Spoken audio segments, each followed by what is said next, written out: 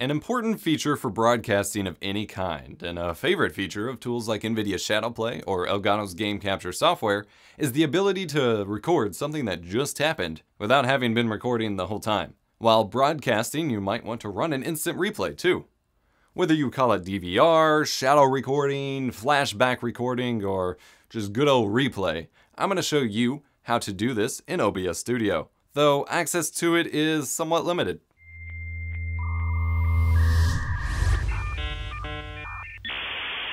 I actually had considered just not including instant replay or DVR in this course because I don't consider it a viable option for many given the restrictions, but it's my goal to provide as much information as possible, so here you go. OBS Studio does have a replay buffer feature, but it requires being in the simple output mode, limiting your options and potentially your performance. Some people can use the simple mode just fine, but I've had huge issues with it and can't see myself using it much. Hopefully in the future they will enable the replay buffer for custom output settings, but at the time, or at least at the time of making this course, this is not an option.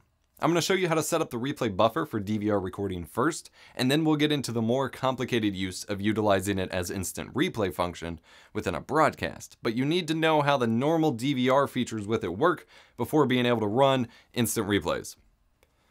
In OBS Studio, the feature you want is called a replay buffer. It literally buffers some of your video feed into memory and then saves it for later. This works very similarly to Shadowplay or Elgato's game capture for flashback recording, but instead of saving to a temporary file on the disk and then copying it over, it stores it in your actual system memory or RAM. Low RAM machines will be unable to use this feature due to this way it works. Open your settings and go to Output. Again, switch to Simple Mode if you haven't already. You might want to duplicate your profile and use the new copy to mess with this so that you don't lose your advanced mode settings.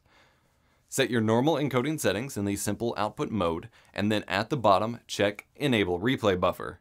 Here you can set how long the buffer should store and what your final DVR recording length will be. I do not recommend setting this for long. This records straight to your system memory, so unless you have a crap load of RAM installed on your machine or are recording to a super low bitrate, you don't have a lot of room to work with.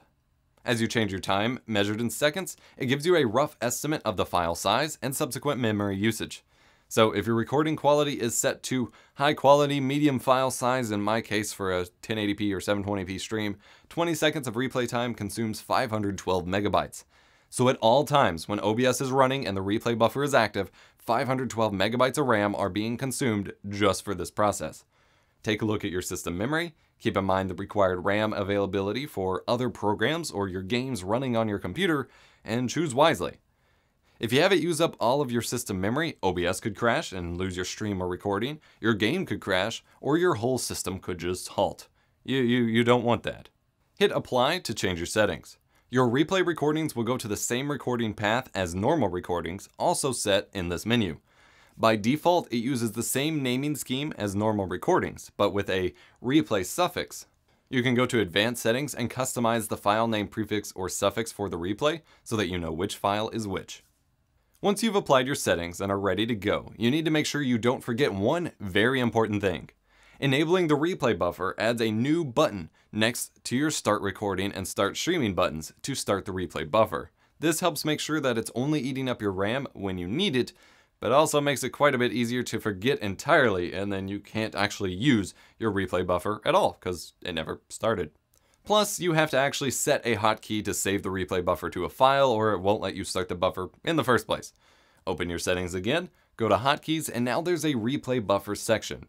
For whatever reason, only Save Replay Buffer hotkey is here. The Start and Stop Replay Buffer hotkeys are in the section above, but oh well. If you can be 100% absolutely certain that you will click Start Replay Buffer when you start recording, then you don't need to set a hotkey for it. But otherwise, if you plan on relying on the replay feature a lot, I recommend setting the Start and Stop Replay Buffer hotkeys to be the same hotkeys as your Start and Stop Recording or Start and Stop Streaming, depending on what you're doing, hotkeys as well, so that it's always going at the same time and you never forget it. Then set a hotkey for Save Replay Buffer. This is the equivalent of hitting Alt F10 by default in Nvidia Shadowplay to save the last minute or so of footage to disk. Then, whenever something happens that you wish to capture, you can just hit that hotkey real fast and know that it's saved and ready to go. Just remember, it will take a few seconds to dump your buffer from memory to disk and get the footage recording to the buffer again, so don't smash it back to back to back a bunch.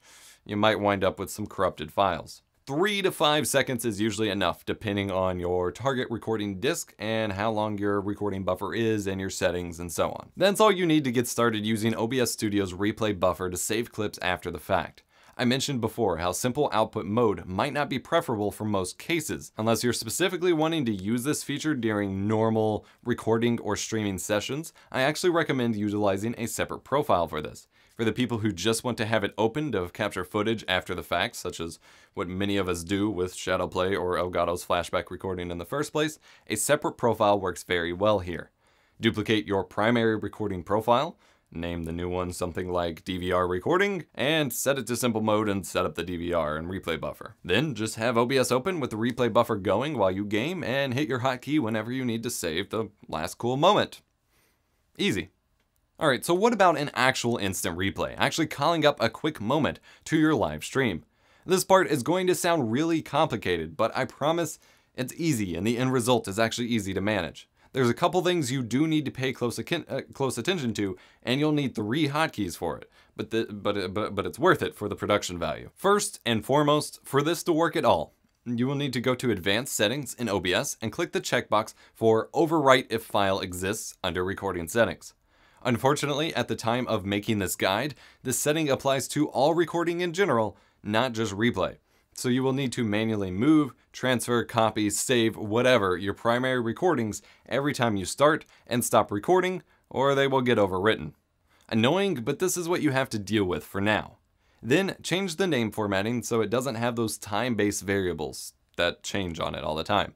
Just give it a static name, such as recording. The reason you have to enable that setting is actually the convenient part about how instant replay will work at the same time. You see, OBS Studio reads information from files without abstracting those files to memory or modifying them. This is how you can use .txt text files to create labels for the currently playing song and so on. A separate program just updates the text file and OBS simply displays whatever the file says at any given time. Similarly, if you remove an image used in a scene source within OBS, it will disappear from the scene. So we use this capability to create a replay scene. Make a new scene, call it something like Instant Replay. Here we will add a video source, but not just yet. First you need to go in and run the replay buffer, and then save a replay file first so that it can reference it. So start the buffer, give it a few seconds or however long your buffer is set for, trigger your save replay hotkey, and then stop the buffer. Now add a video source to the replay scene and point OBS to this video file. Now whenever you call up this scene, it will load the most recent replay file, assuming you give it the few seconds needed to dump the file to disk. Sweet. We'll set that up in just a second. I do want to note that it might be a good idea to make and use some sort of graphical overlay to indicate that this is a replay. I've made a super basic one and linked it in the video description as an example. Simply add it as an image source or a video source or whatever you're using to the scene so that it's clear what the viewers are actually watching. Next, you might want to make some sort of stinger transition to happen in between your normal scene and your replay scene.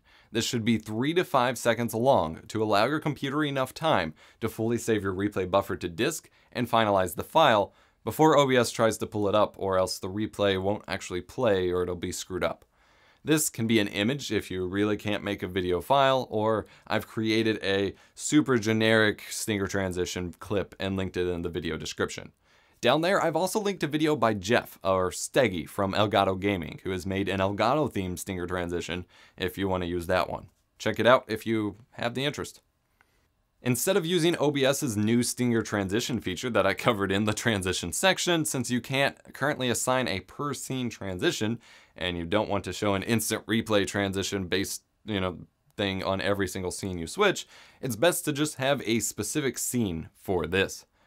Add your transition clip as a video source or an image source if you're using that, and you're good to go. Next, you'll need to tackle hotkeys.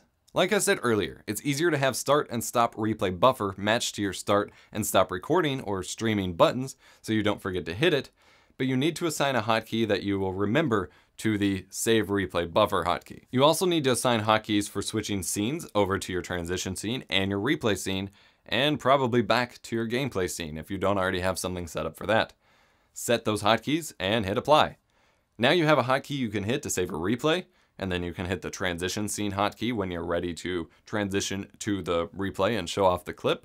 And once the transition scene finishes playing and reaches completion, hit the replay scene button. Then it'll play the replay, and as the replay finishes, you hit whatever hotkey or button you have to switch back to your main scene. Requires a couple presses, but fairly seamless. But that's 3 hotkeys. You need good memory or to use some sort of macro keys to best utilize these. Macro keys on a gaming keyboard with a custom streaming profile could work, or you could use a macro keypad like the Elgato Stream Deck to make this even easier for you. With the Stream Deck, you only need to manually map a hotkey for the save replay command, and then you can assign a scene switching button for the switching to the transition scene and the instant replay scene and back to your gameplay scene, since they have that built in with the plugin. Nifty. Then, while broadcasting, it's just a couple simple hotkey presses to save a replay, transition, and call it up. Like I said before, it sounds super complicated, but it's a fairly easy concept by time you're done.